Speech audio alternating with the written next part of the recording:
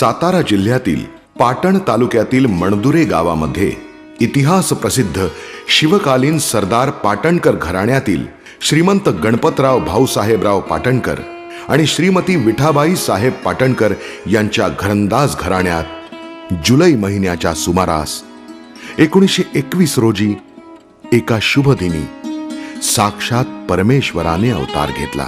दुखी जनांची सेवा करण्या प्रकटले भगवान.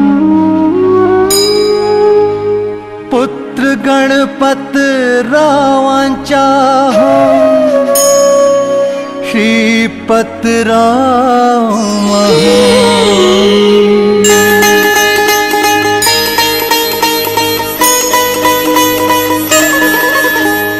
नेहमीच वंदनीय असणाऱ्या आमच्या परमपूज्य श्री गगनगिरी महाराजांच्या घराण्याचा इतिहास अति प्राचीन आणि गौरवशाली आहे. महाराज श्रींचे नीतिवान पूर्वज म्हणजे चालुक्य वंशीय राजघराणे होय. त्या काळात हे राजघराणे भारताच्या दक्षिण भागात सम्राट रूपात प्रसिद्ध होते. प्राचीन सम्राट चुलुकी चालुक्य पुलकेशी बदामीच्या रूपात योगीराज परमसंत श्री गगनगिरी महाराजांची आजही पूजा केली जाते. खऱ्या अर्थाने पाहिले तर प्रथम पुलकेशी पासूनच या वंशाची सुरुवात झाली. पुरातन काळातील श्री क्षेत्र जांभूळवन विभागाचे हुजूर वाडेकर शाखेचे प्रथम मूळ पुरुष श्रीमंत वाघोजीबाजी सोळंकी साळुंखे पाटील होते. ते बहामनी राज्यात वतनदार होते. दिल्लीच्या बादशहाची बाजू घेणारे छोटे मोठे राजे आणि बंड करणाऱ्यांना पराभूत करून त्यांनी बहामनी बादशहाला फार मोठी मदत केली होती. आपल्याबद्दलची त्यांची ही निष्ठा आणि प्रामाणिकपणा पाहून बहामनी बादशहानं देवगिरी आणि गुणवंत गढाची राज्य व्यवस्था पाहण्याचे अधिकार त्यांच्या हाती सोपविले. श्रीमंत बागोजींच्या नंतर त्यांचा हा कार्यभार त्यांचे सुपुत्र श्रीमंत नागोजीराव यांनी सांभाळला आणि नागोजींच्या नंतर त्यांचे सुपुत्र श्रीमंत ज्योत्याजीराव यांनी. श्रीमंत ज्योत्याजीरावांचा पराक्रम आणि कर्तव्यनिष्ठा पाहून आदिलशाही राज्यकाळात बादशहाने त्यांना पाटण विभागातील महाल आणि 60 गावांचे अधिकारपत्र अर्थात रियासत सन्मानपूर्वक बहाल केली. पाटणची रियासत मिळाल्यानंतर श्रीमंत ज्योत्याजीराव साळुंखे पाटणकर या नावाने ओळखले जाऊ लागले. पुढे दिनांक 6 जून 1674च्या शुभ दिवशी रायगडावर शिवाजीराजांना राज्याभिषेक झाला. या मंगल प्रसंगी सार्वभौम राजे म्हणून त्यांच्या नावाची घोषणा करून त्यांच्या नावाची राजमुद्राही काढण्यात आली. या ऐतिहासिक भव्य सोहळ्याच्या प्रसंगी छत्रपती शिवरायांनी राजश्री यशवंतराव पाटणकर यांना स्वहस्ते मोत्यांची माळ देऊन त्यांचा सत्कार केला. राजश्री यशवंतराव पाटणकरांनी शिवरायांच्या सैन्यात शिपाई सरदार म्हणून कार्यभार सांभाळला आणि छत्रपतींची सेवा करता करताच त्यांनी स्वराज्यासाठी आपले प्राण अर्पण केले. शिवशाही नंतर पेशवाईच्या काळात वीर पुरुष राजश्री जानराव पाटणकरांचा उदय झाला. या महान योद्ध्याने इतिहास प्रसिद्ध पानिपतच्या युद्धात टिपू सुलतानाशी लढा देऊन आपल्या पराक्रमाची शर्थ करत वीरमरण पत्करले. पेशवाई नंतर काळ आला तो इंग्रज सरकारचा. ऐतिहासिक पुराव्यानुसार सातभाई पाटणकर घराण्यातील बापूराव मणदुरेकर यांनी 1857च्या बंडापूर्वीच आपल्या परिसरात इंग्रजांच्या विरुद्ध उठाव करून स्वातंत्र्य प्राप्तीचा नारा दिला. श्री बापूराव मणदुरेकर यांनी निर्माण केलेल्या या स्वातंत्र्य लढ्यात गगनगड किल्ल्याचे किल्लेदार श्रीमंत बाळाराव साहेब पाटणकर उर्फ भाऊसाहेब पाटणकर यांनी त्यांना भरपूर मदत केली आणि हा स्वातंत्र्य लढा पुढे नेण्यास भरपूर साथ दिली. याच भाऊसाहेब पाटणकरांचे सुपुत्र होते श्रीमंत गणपतरावजी पाटणकर, जे आपल्या गगनगिरी महाराजांचे पिता होय. महाराजांच्या जन्मानंतर आई वडिलांनी मोठ्या प्रेमाने त्यांचे नाव श्रीपतराव असे ठेवले. श्रीपतराव आई वडिलांचे दुसरे अपत्य होते. त्यांच्यापेक्षा जी मोठी बहीण होती तिचे नाव अनुसूया गणपतराव पाटणकर होते. लहानपणापासूनच बालक श्रीपतरावाचे पाय पाळण्यात दिसत होते. तो मोठेपणी संत किंवा तपस्वी पुरुष होईल अशीच लक्षणं होती. त्यांचे आई वडील श्रीमंत जमीनदार तर होतेच, पण धार्मिक प्रवृत्तीचेही होते. त्यामुळे त्यांचे पालन पोषण मोठ्या लाडाकोडात पण आध्यात्मिक वातावरणात होऊ लागले. पण ईश्वराने बालक श्रीपतराव यांचे जीवन भौतिक सुख मिळवण्यासाठी दिले नव्हते. वयाच्या अवघ्या 3ऱ्या वर्षी त्यांच्या डोक्यावरून आई वडिलांचे छत्र गेले. इतक्या लहान वयात आई वडिलांचे छत्र नाहीसे होणे यात किती वेदना आहेत हे फक्त हे दुःख भोगणाराच जाणू शकतो. प्राणी मात्रांचे दुःख जाणून त्यास दुःख होई. मूक प्राणी कसे जाणतील कैवर तो घेई. हो बाबा कैवर तो घेई. या बालकाचे माता पिता स्वर्गवासी झाल्यानंतर त्याचे आजोबा म्हणजे श्री नारायणराव माने दोन्ही लहानग्यांना स्वतः बरोबर घेऊन कराड तालुक्यातील चरेगाव येथे गेले. इथल्याच वाड्यात त्यांचे बालपण गेले.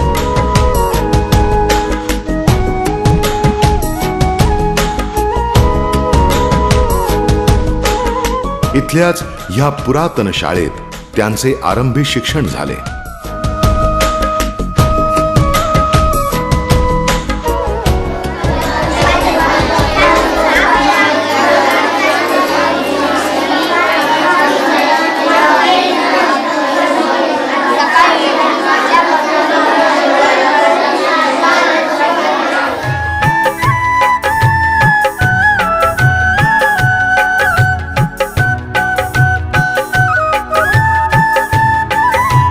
श्रीपतराव यांची बहीण अनुसया जाणती झाल्यानंतर त्यांचे आजोबा नारायणराव माने आणि त्यांची पत्नी शकुबाई माने यांनी आपले गावकीतील दत्तात्रय मानेशी तिचा विवाह करून दिला.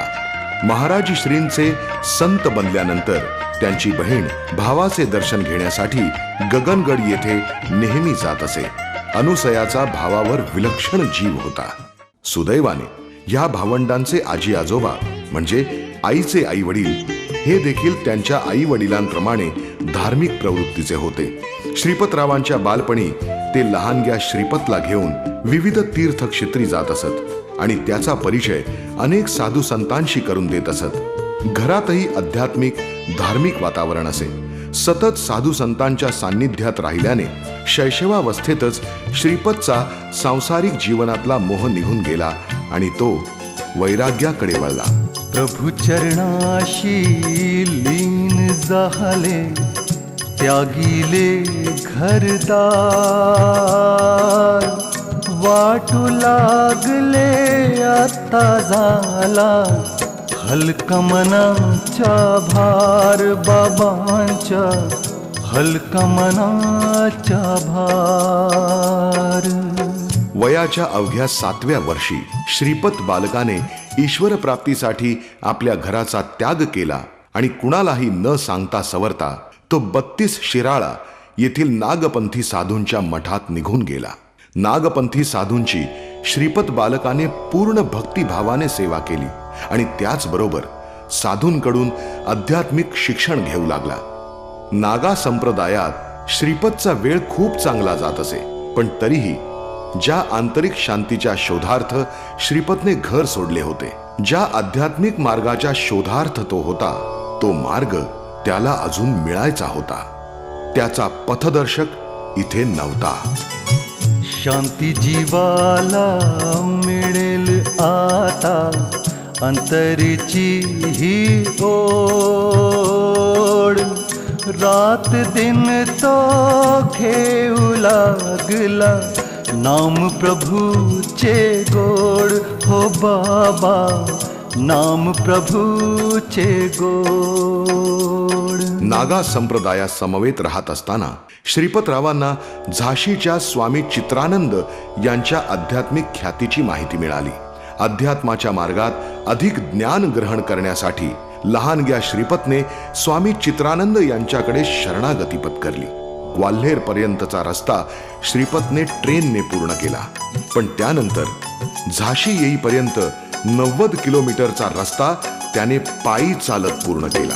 नागा साधूच्या अध्यात्माने मन भरले नाही, प्रभु शोधण्या पुढे निघाला बालक लवलाई, हो बाबा बालक लवलाई. चित्रकूट पर्वताच्या पायथ्याशी आणि चंबळ नदी किनाऱ्याजवळ असलेल्या स्वामी चित्रानंद यांच्या आश्रमाजवळ जेव्हा बालक श्रीपत पोहोचला, तेव्हा त्या स्थळाची रमणीयता पाहून श्रीपतच्या लक्षात आले की हाच तो चित्रकूट पर्वत जिथे प्रभू रामचंद्रांचे चरण लागले होते. या विचारांनी श्रीपतचे मन भक्तिभावाने भारून गेले. आश्रमातली माती उचलून त्याने स्वतःच्या कपाळावर लावली आणि मोठ्या अंतःप्रेरणेने श्रीरामाचे नाव घेत तो आश्रमात आला. आत आल्यावर आश्रमाच्या एका बाजूला एक संन्यासी आपल्या अनुयायांसह पाहिला. हा संन्यासी कुणी योगी पुरुष दिसत होता. त्याची मधुर वाणी आणि चर्येचं तेज पाहून तेच स्वामी चित्रानंद आहेत हे लक्षात आले. त्यांच्याच शोधार्थ अनेक कष्ट झेलत तो इतक्या दूरवर आला होता. गुरु विना तर ज्ञान नाही आणि नाही कल्याण, गुरु भेटण्या भटकत राही, मानव रानो रान बघा हो, मानव रानो रान. स्वामीजींचे दर्शन होताच श्रीपत बालकाचा सारा थकवा क्षणार्धात गेला आणि शरीर जणू पिसाप्रमाणे हलके भासू लागले. स्वामीजींचे लक्ष श्रीपत बालकावर गेले तसे त्यांनी त्याला आपल्या जवळ बोलावले आणि त्याचा परिचय जाणून घेतला. त्याला येण्याचे प्रयोजन विचारले. श्रीपत बालकाने मोठ्या श्रद्धेने प्रथम स्वामी चित्रानंदांच्या चरणावर आपले शिर ठेवून त्यांना दंडवत घातला आणि थोडक्यात आपला परिचय देत तिथे येण्याचा आपला उद्देश सांगत त्यांना म्हटले, स्वामीजी, या भौतिक संसारातून माझे मन उडाले आहे. मी अध्यात्माचा मार्ग अवलंबून ईश्वराला प्राप्त करू इच्छितो. आपण जाणताच ईश्वर प्राप्तीचा मार्ग सद्गुरूंच्या मार्गदर्शनाखेरीज खडतर आहे. आपण मला आपल्या शरणी घेऊन मार्गदर्शन कराल ही अभिलाषा मनात घेऊनच मी इथवर आलोय. वेद पुराण वाचाणी घ्या रे गीतेचे ज्ञान, कलियुगी ह्या गुरु बिना हो नाही कधी कल्याण, हो बाबा नाही कधी कल्याण. लहानग्या श्रीपतचे मोठे बोल ऐकून स्वामीजी म्हणाले, संन्याशाला जंगलात जाऊन घोर तपश्चर्या करावी लागते, तहान भूक मारावी लागते, कंदमुळं खाऊन दिवस काढावे लागतात. त्यावर श्रीपत बालक म्हणाले, तुमचा आशीर्वाद असल्यास मी आपल्या सानिध्यात आणि सेवेतच आनंद मानून घेईन. त्यातच माझी क्षुधा शांती होईल. मग मला भौतिक वस्तूंची आवश्यकता का भासेल? स्वामी म्हणाले, थंडी, पाऊस आणि उष्णतेच्या बचावासाठी जंगलातील वृक्ष किंवा गुहांचा आधार घ्यावा लागेल. यावर बालक म्हणाले, तुमचा वरदहस्त असल्यास मला ह्या गोष्टींचीही आवश्यकता लागणार नाही. त्यावर स्वामी म्हणाले, ईश्वराच्या प्राप्तीसाठी अनेक वर्षे कठीण तपश्चर्या करावी लागेल. त्यानंतरही हे निश्चित सांगता येणार नाही की ईश्वर मिळेलच. श्रीपत बालक म्हणाले, मी निस्वार्थ भावनेने तपश्चर्या करेन. माझे प्रत्येक कर्म कर्तव्य पूर्ण निष्ठेने करेन. त्यानंतरच आपला आशीर्वाद हा माझ्यासाठी ईश्वरापेक्षा श्रेष्ठ असेल. स्वामी म्हणाले, ठीक आहे, काही काळ तू इथे अन्य आश्रमवासियांच्या सोबत घालव. ईश्वराची आज्ञा मिळताच त्या समयी तुला दीक्षा देण्यात येईल. स्वामीजींच्या मुखातून निघालेले हे शब्द ऐकून बालक श्रीपत यांचे मन आनंदून गेले. स्वामींनी आश्रमात राहण्याची परवानगी दिल्याने त्यांना प्रसन्नता लाभली. सद्गुरुराया आम्हा लाभले, धरला त्यांच्या हात. चिंता नाही कसली आता, मिळाली गुरुची गुरुची साथ ओ बाबा, मिळाली गुरुची साथ. बालक श्रीपत दररोज पहाटे उठे आणि आश्रमाच्या साफसफाईला हातभार लावे. त्यानंतर चंबळ नदीच्या शीतल धारेने स्नान करून स्वामीजींचा आशीर्वाद घेतल्यानंतर ध्यानधारणेस बसत असे. ध्यानाहून उठल्यानंतरचा वेळ ऋषीमुनींची सेवा आणि आश्रमातील इतर कामकाजांसाठी देत असे. स्वामी चित्रानंद यांचे बालक श्रीपतकडे बारकाईने लक्ष होते. त्याच्या मेहनती वृत्तीकडे पाहून ते विलक्षण प्रभावित झाले होते. अखेर काही काळानंतर श्रीपत बालकातील निष्ठा आणि गुरुभक्तीचा विजय झाला. त्या दिवशी बालकाला स्वामीजींनी जवळ बोलावले आणि म्हटले, वत्सा, उद्या तुला दीक्षा देण्यात येईल आणि त्यानंतर विधीनुसार तुझ्या शिक्षणास प्रारंभ होईल. हे ऐकून बालक श्रीपतला खूप आनंद झाला. ह्याच क्षणाची तो जणू युगानुयुग वाट पाहत होता. पूर्ण रात्र श्रीपतच्या डोळ्याला डोळा लागला नाही. अत्यानंदाने त्याची झोप उडाली होती. सकाळ होण्यापूर्वीच रोजची आन्हिक आटपून तो आश्रमातील कामास लागला. आपली ध्यान साधना आटोपल्यानंतर स्वामीजींनी बालकाला आपल्या पर्णकुटीत बोलावून विधिवत त्याचा शिष्याच्या रूपात स्वीकार करून त्यास दीक्षा दिली. त्या क्षणी बालक श्रीपत आपले तन मन अर्पून स्वामीजींच्या चरणी नतमस्तक झाले. गुरुप्रती श्रीपतचे इतके गाढ समर्पण पाहून स्वामी चित्रानंद भावविवश झाले.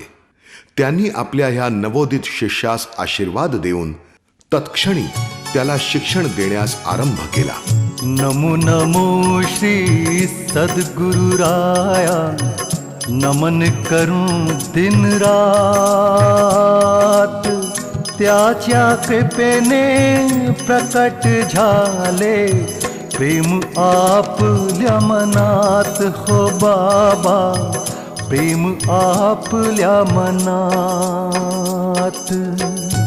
स्वामी चित्रानंदांनी बालक श्रीपत यास प्रथम योग विद्येचे प्रशिक्षण देण्यास सुरुवात केली आणि एक एक करत त्यास तमाम योग विद्यांची माहिती देऊन त्यातील काही छुपी योग रहस्य देखील प्रकट केली. गुरूंबद्दल आस्था आणि खरी श्रद्धा असल्याने बालक श्रीपत लवकरच योग विद्येत निपुण झाले. योगासहित स्वामींनी त्याला अध्यात्माचे आणि त्याच्या साधनेचे पाठ दिले. श्रीपतलाही वेळ मिळेल तेव्हा तो ईश्वराधनेत लीन होऊन जात असे. आश्रमातील प्रवासादरम्यान स्वामीजींनी बालक श्रीपतला जंगलातील दुर्मिळ आणि औषधी वनस्पतींचा परिचय आणि महत्त्व विशद केले. वनस्पतींचा उपयोग सांगत शरीर ज्ञानाचीही इत्थंभूत माहिती श्रीपतला त्यांच्याकडून मिळाली. स्वामी चित्रानंदांच्या आश्रमात स्वामीजींचे अनेक दीक्षाप्राप्त शिष्य होते, परंतु अल्पावधीत श्रीपतने अजाड वय आणि गुरुसेवेच्या बळावर त्यांच्या पट्ट शिष्याचा मान मिळवला. स्वामीजी स्वतःच्या मुलाप्रमाणे श्रीपतचा सांभाळ करत, तर श्रीपत त्यांना ईश्वरापेक्षा अधिक उच्च दर्जा देई आणि त्यांची पूजा करत असे.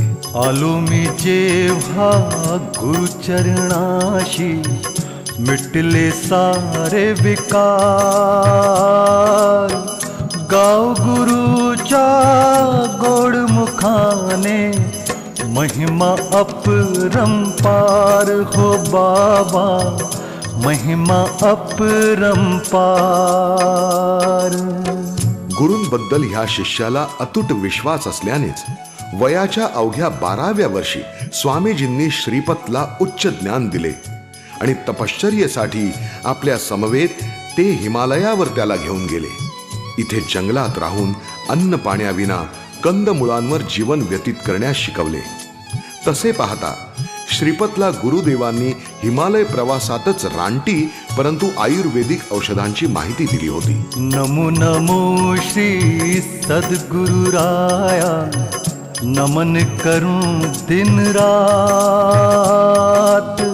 त्याच्या कृपेने प्रकट झाले प्रेम आपल्या मनात हो बाबा, प्रेम आपल्या मनात. याच हिमालय प्रवासात बालक श्रीपतच्या जीवनात एक अलौकिक घटना घडली. बालक श्रीपत आपल्या गुरूंसह जंगलात एके ठिकाणी विश्रांती घेत असता तिथे एक साधू आला. त्या साधूच्या चेहऱ्यावर दिव्य तेज होते. गुरु शिष्याने सदर साधूला आसन देऊन प्रणाम केला. आसनावर स्थानापन्न होत साधूने विचारले, वत्सा, बोल, मनात कसली इच्छा आहे तुझ्या? यावर स्वामीजी म्हणाले, साधूंच्या मनात कसली इच्छा असणार आहे महाराज? तुमच्यासारख्या सत्पुरुषांचे दर्शन झाले, हेच आमच्यासाठी खूप आहे. साधू म्हणाले, काही खाण्याची इच्छा असल्यास सांग.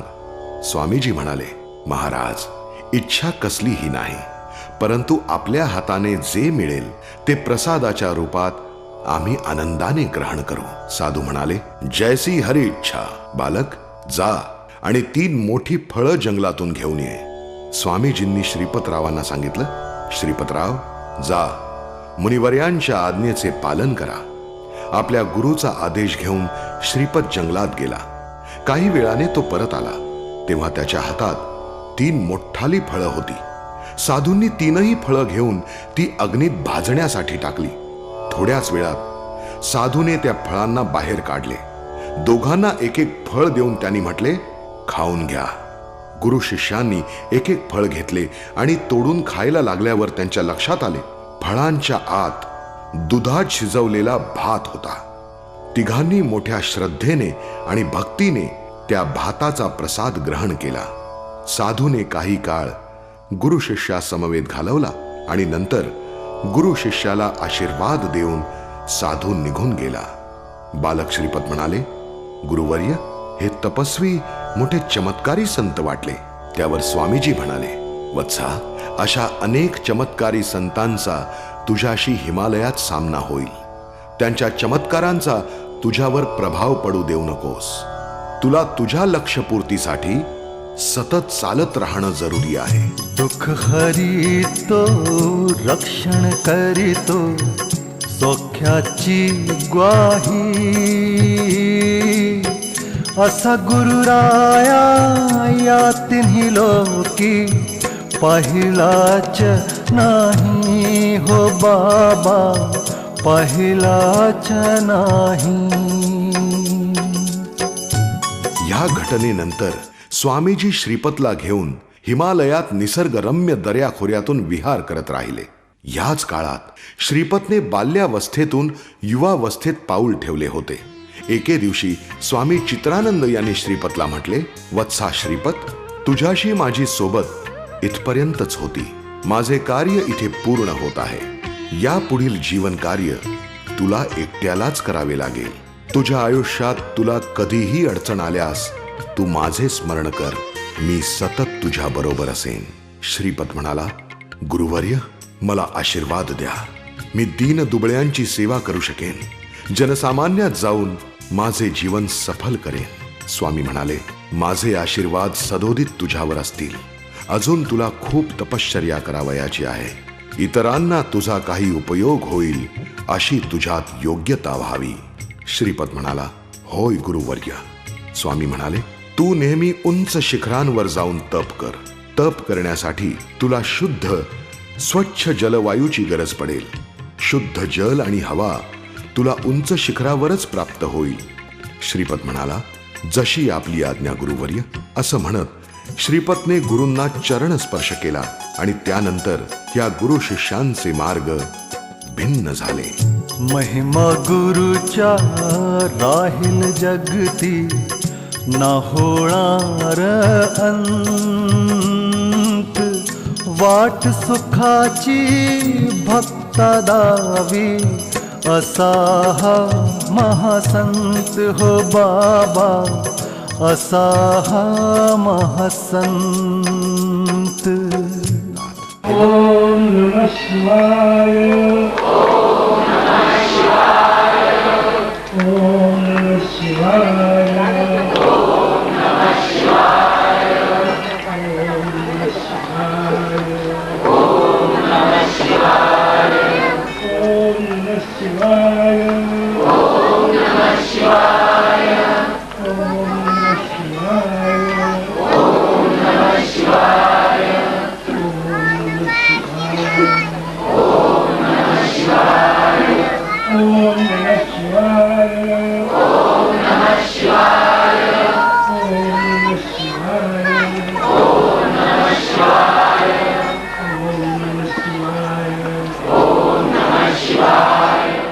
हिमालयाच्या जंगलात गगनगिरी महाराजांनी अनेक वर्षे कठीण तपश्चर्या केली.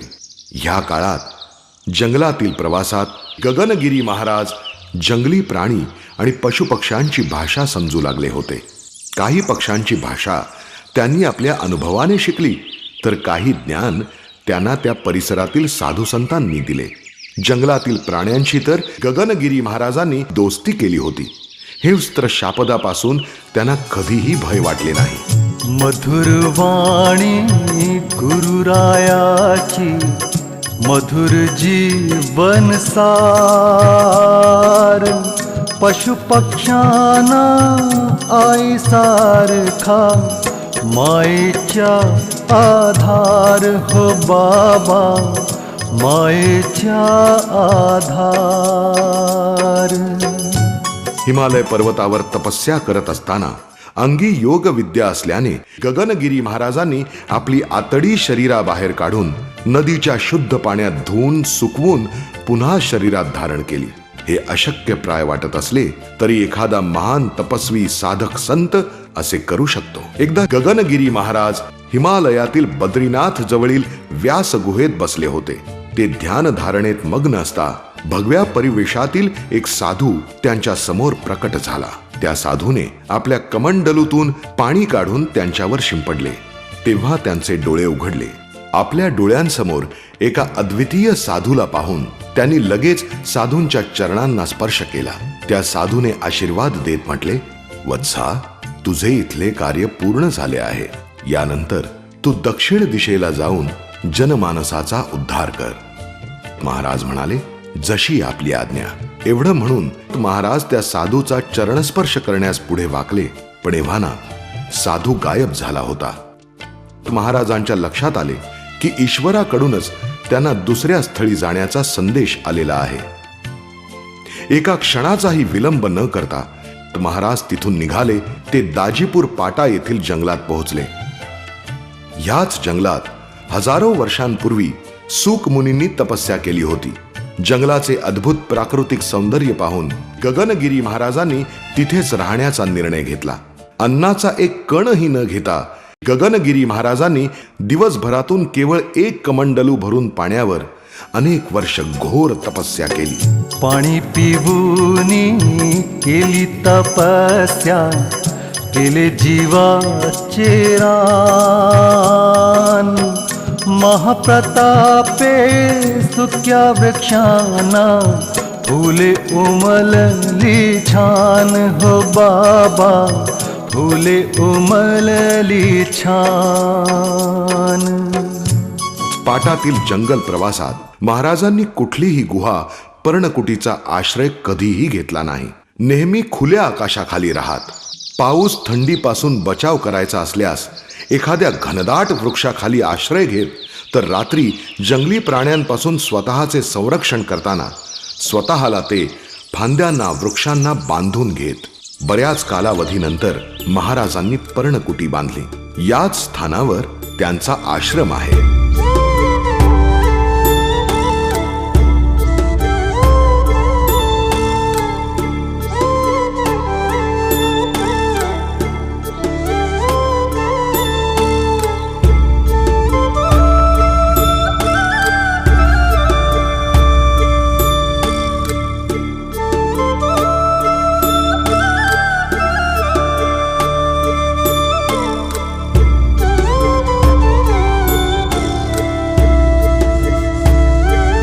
आश्रमाजवळ गोशाळा असून इथल्याच गायींचे दूध आश्रमात येणाऱ्या भक्तांसाठी आणि आश्रमवासियांसाठी वापरण्यात येते. इथून जवळच श्री दत्ताचे मंदिर आहे.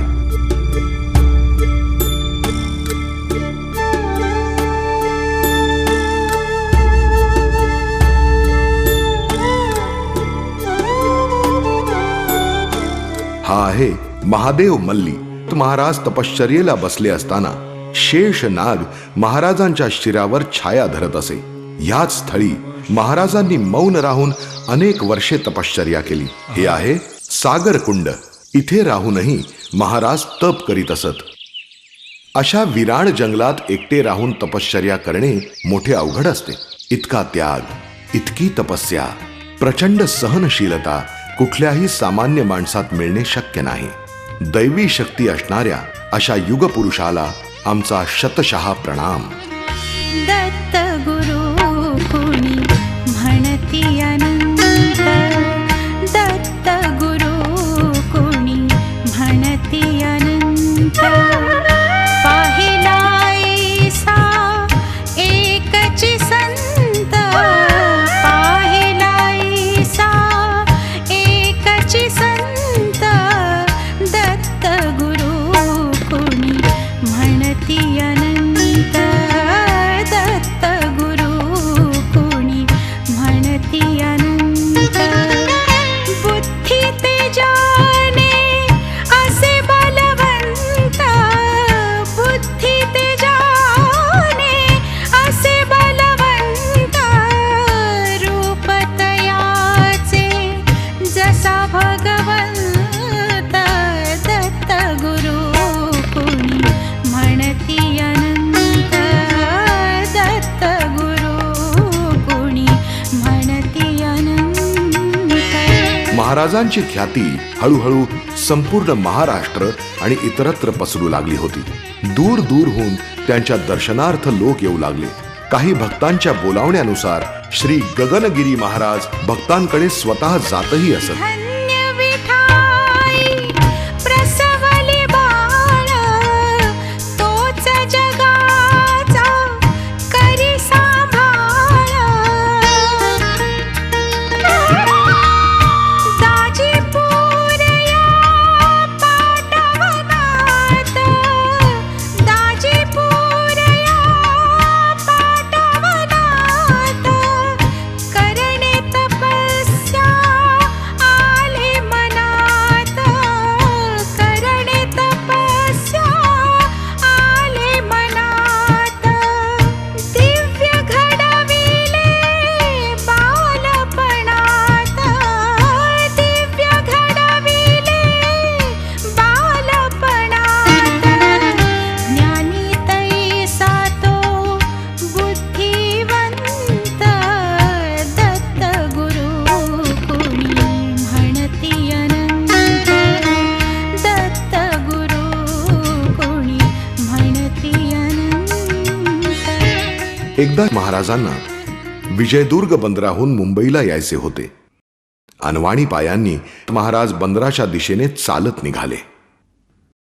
मुंबई प्रवासात महाराजांनी जलसाधनेखेरीज वाळकेश्वरच्या स्मशानात बरेच महिने तांत्रिक साधना केली आणि भूतप्रेतांच्या विश्वातही संचार केला.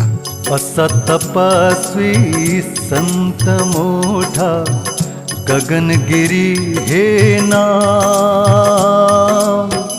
जगितपाच्या महिमा न्यारा, जन करती प्रणाम. हो बाबा जन करती प्रणाम. मुंबई वाळकेश्वर खेरीज महाराजांनी अंबोलगडच्या समुद्रातही कठीण तपश्चर्या केली. हाच तो महाराजांचा अंबोलगडाजवळील आश्रम.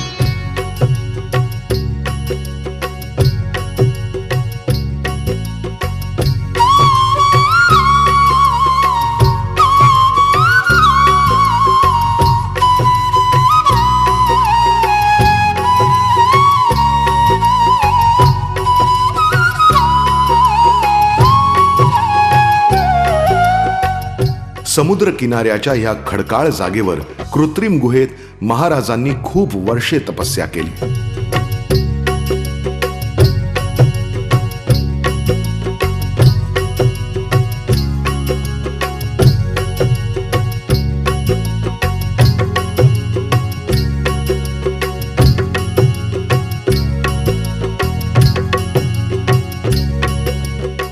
कृत्रिम गुहेखेरीज इथे असलेला हा विशाल वटवृक्ष देखील महाराजांच्या कठीण तपश्चर्येचा प्रत्यक्षदर्शी आहे.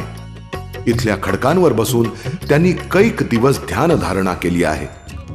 आज ह्या आश्रमात दत्त मंदिर आणि महाराज यांचे मंदिर आहे.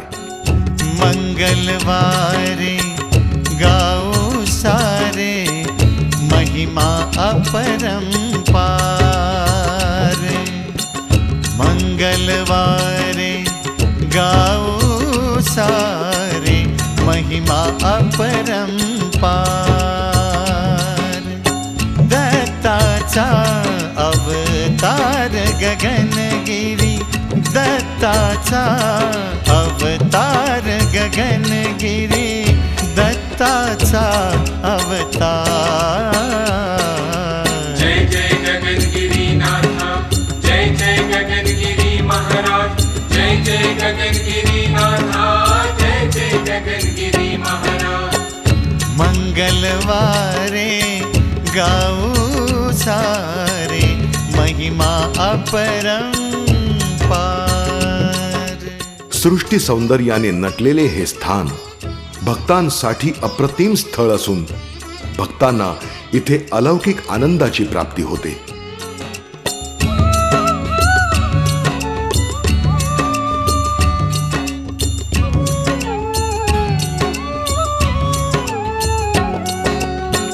पाण्यावरती नित्य तरंगला, भगवंताच्या नामे रंगला। पाण्यावरती नित्य तरंगला, भगवंताच्या नामे रंगला। महाराजांच्या जय घोषाने, महाराजांच्या जय घोषाने दुम दुम तो दरबार। जय जय गगनगिरी नाथा, जय जय गगनगिरी महाराज, जय जय गगनगिरी नाथा, जय जय गगनगिरी महाराज। मुंबई आणि आसपासच्या भागात वेळ व्यतीत केल्यानंतर महाराजांनी पुनश्च जंगलात जाऊन साधना करण्याचे ठरवले। मुंबईहून चालत ते कोल्हापूरला पोहोचले। गगनगिरी महाराजांची ख्याती आता सर्वदूर पोहोचली होती। गगनगिरी महाराजांच्या महिमा अपरंपार। गुरुरायाचे दर्शन घडता होई आपुला उद्धार। हो बाबा होई आपुला उद्धार। त्याच काळात त्यांची ख्याती ऐकून कोल्हापूरचे छत्रपती राजाराम देखील त्यांच्या दर्शनार्थ आले। गगनगिरी महाराज तेव्हा कोल्हापूर सोडून निघण्याच्या तयारीत होते, पण छत्रपती महाराजांच्या प्रेमळ आग्रहास्तव त्यांना नकार देता आला नाही। आणखी काही काळ कोल्हापूरला व्यतीत केल्यानंतर गगनगिरी महाराजांनी तिथून प्रस्थान केले आणि ते दाजीपूरच्या जंगलात जाऊन साधना करू लागले। गगनगिरींचे नाम जपारे होई सुख बरसात। दाजीपुराच्या वनामध्ये हो तप केले दिन रात। हो बाबा तप केले दिन रात। दाजीपूरच्या जंगलात भ्रमण करत असता गगनगिरी महाराज तिथून जवळच असलेल्या किटा जंगलात येऊन पोहोचले। इथेच महाराजांनी बरीच वर्षे मौन व्रत ठेवून आराधना केली। अत्यंत कठीण तपश्चर्या पाहून बरेचसे लोक प्रभावित झाले। काही जण त्यांचे अनुयायी बनले। एक व्यक्ती महाराजांच्या अहर्निश सेवेत असायची। ईश्वर साधनेखेरीज महाराजांचे आणखी एक कार्य असे। घनदाट निबिड अरण्यातून जंगल माथ्यातून भ्रमण करता नवनवीन वनस्पतींची माहिती संग्रहित करणे। अशा भटकंतीत महाराजांनी कधीही भोजन ग्रहण केले नाही। गुराख्यांनी दिलेले दूध किंवा क्वचित प्रसंगी रानटी फळं खात, अन्यथा काही खात नसत। गगनगिरी महाराजांनी तप केले दिन रात। कंदमुळांचे सेवन केले, त्यागिले अन्न भात। हो बाबा त्यागिले अन्न भात। महाराजांच्या जंगल भ्रमणाचे वेळी अनेक अद्भुत घटना घडल्या। परंतु किटा प्रवासात घडलेल्या एका घटनेचा थेट संबंध महाराजांच्या जीवन चरित्राशी निगडित आहे। त्यावेळी त्यांचा शिष्य देखील त्यांच्या सोबत राहत असे। त्यावेळी महाराजांनी बसल्या बसल्या 2 दगड उचलून ते आपसात घासून जवळच असलेल्या गवतात अग्नी प्रज्वलित केला। काही वेळ ते स्वतः अग्नीकडे बघत राहिले। नंतर एकाएकी त्यांनी आपला एक पाय पेटत्या ज्वालांमध्ये घातला। जणू तो त्यांचा पाय नसून एखादा लाकडाचा ओंडकाच असावा। महाराजांची ही कृती पाहून त्यांचा शिष्य भयभीत झाला। नंतर काही क्षणात तर त्याची पाचावर धारण बसली, कारण भडकलेल्या ज्वालांनी महाराजांच्या पायावर मोठाले फोड केले। पण याही वेळी महाराजांचा चेहरा अगदी शांत होता, जणू काही घडलंच नाही।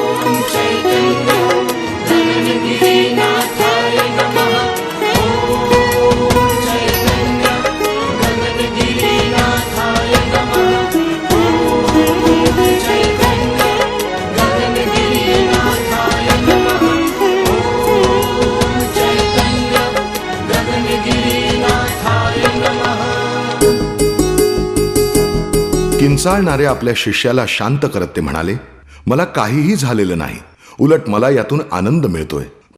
असं म्हणून महाराजांनी अग्निज्वालातून पूर्णतः भाजलेला पाय बाहेर काढला आणि कातडीचे एक एक थर शिष्याच्या हातात देत म्हटले, हे घे, नदीत टाकून ये। मासे उपाशी आहेत, त्यांना हे अन्न मिळेल। महाराजांच्या अनुयायाने तत्क्षणी महाराजांच्या आज्ञेचे पालन केले आणि कातडी जवळच वाहत असलेल्या नदीत टाकली। तो आल्यानंतर महाराजांनी त्याला एका विशिष्ट झाडाची पाने आणण्यास सांगितली। ती पाने वाटून त्याचा रस काढून आपल्या पायावर लावला।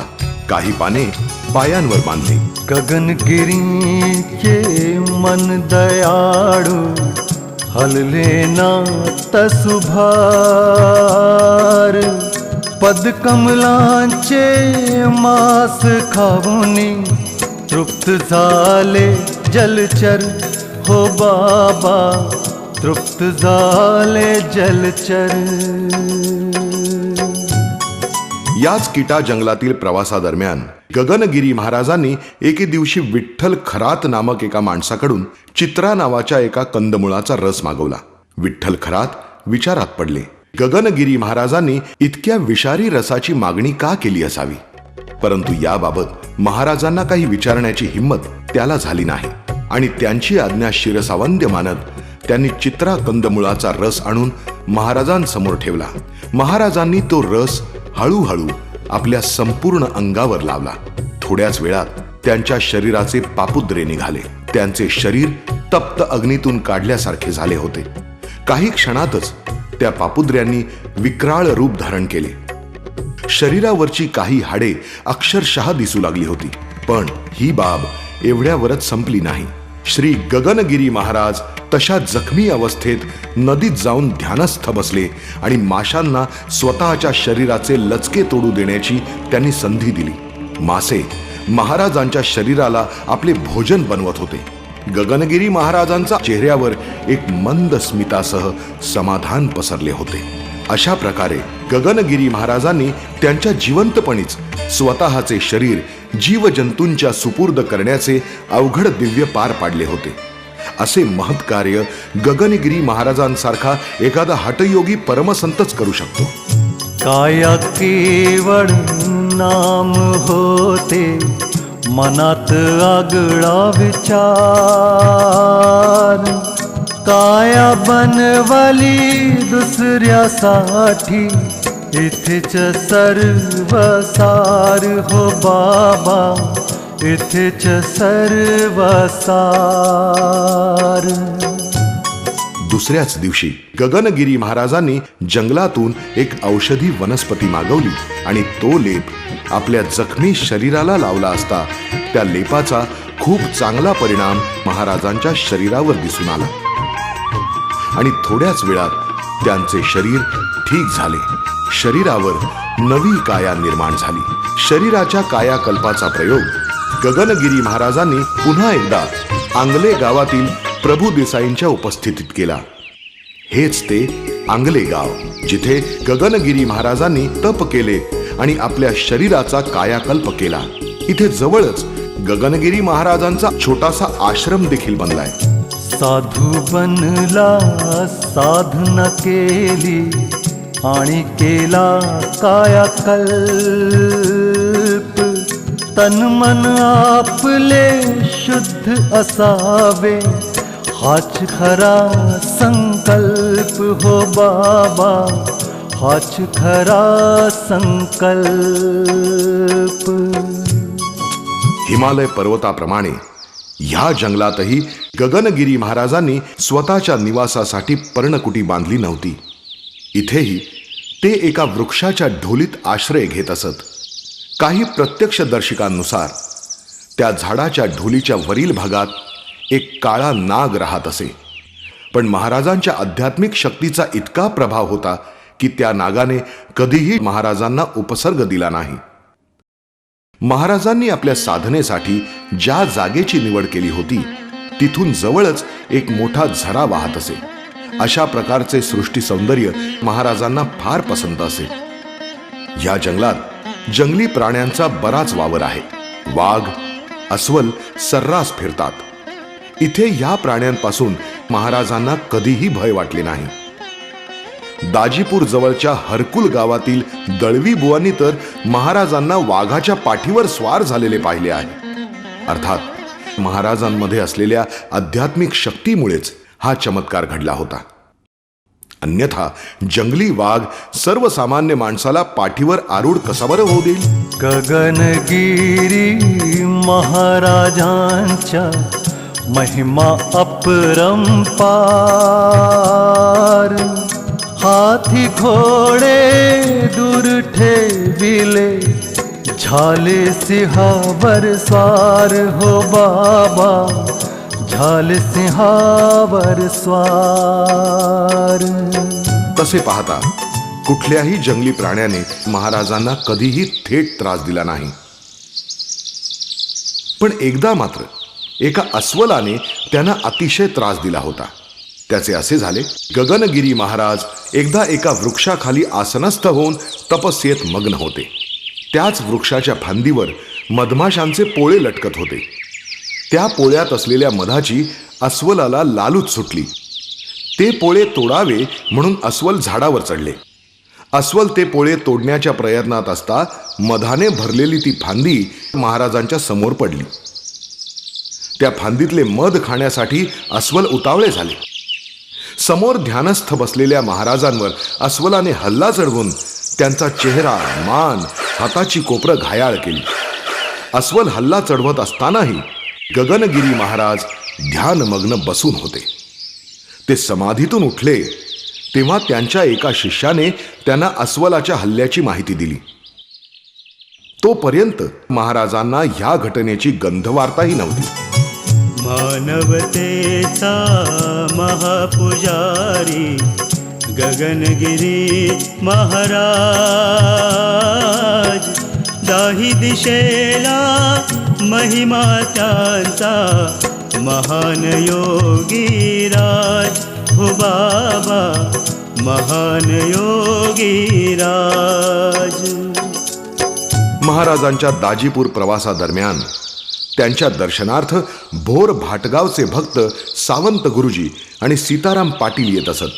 त्यांनीच एकदा श्रीपत महाराजांना म्हटले, महाराज, ह्या जंगलात आपण पुष्कळसा वेळ व्यतीत केलाय. इथे जवळच गगनगड सृष्टी सौंदर्याने नटलेली जागा आहे.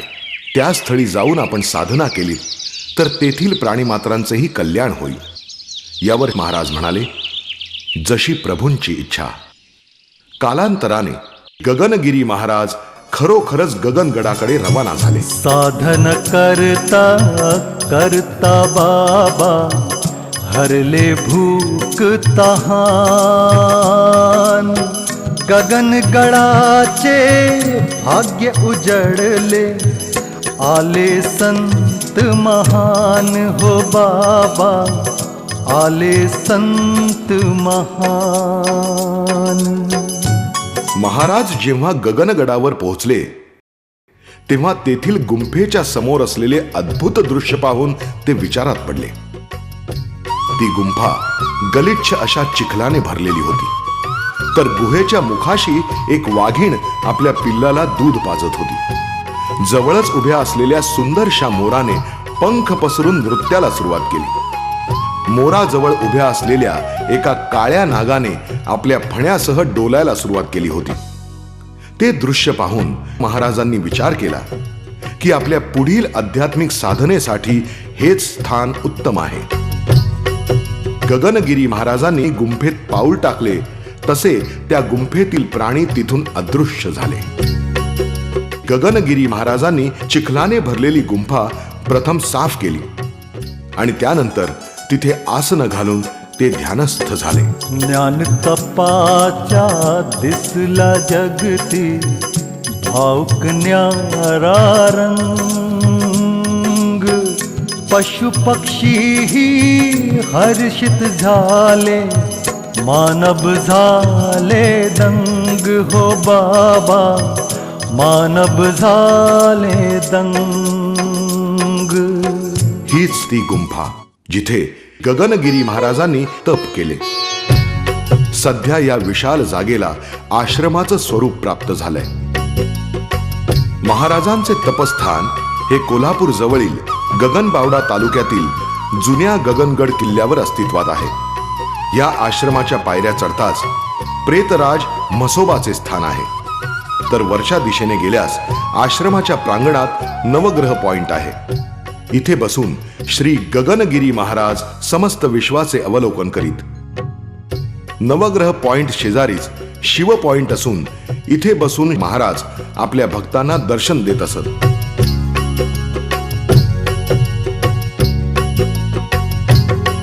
इथे बाहेरील गुंफेच्या आत मंदिर असून त्यातील बाहेरच्या बाजूस नवनाथ साधून समवेत महाराजांची ही सुंदर प्रतिमा आहे. महाराजांची सतत पेटती धुनी आणि हवनकुंड इथेच आहे. मंदिराच्या आतील बाजूस गुरुदेव दत्तात्रय, महालक्ष्मी देवी आणि गणेश महाराजांच्या विलोभनीय प्रतिमा आहेत. त्यांच्या समोर दीप प्रज्वलित करून दररोज त्यांची पूजा केली जाते. या बाह्य गुंफेच्या आत डोंगराच्या मुखाशी महाराजांनी तपस्या केली ती पवित्र गुहा आहे. या गुहेच्या ठीक वर पहाडाच्या शिखरावर श्री गगनगिरी महाराज आणि गुरुदेवांचे विशाल मंदिर आहे. याच मंदिराला मार्बल मंदिर नावानेही ओळखले जाते. मंदिराच्या अगदी समोर पण काहीशा उंचीवर शंकराचं एक पुरातन देवालय आहे. या पुढील पहाडावर गैबीनाथाची समाधी असून त्याला लागूनच विठलाई चबुत्रा आहे जे देवीचं स्थान आहे. या पहाडाच्या मागच्या बाजूस पंचवटी कुंड आहे. तिथे पाण्यात बसून महाराजांनी कित्येक वर्ष साधना केली होती. ओम चैतन्य गगनगिरी नाथाय नमः.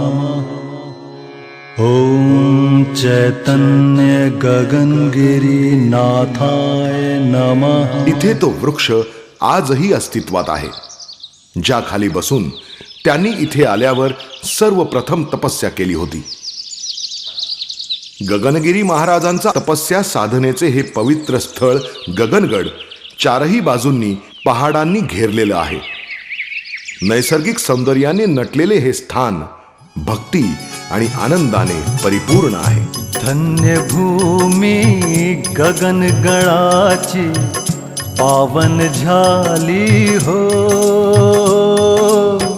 महाराजांनी केली साधना स्फूर्ती आली हो. हो बाबा स्फूर्ती आली हो.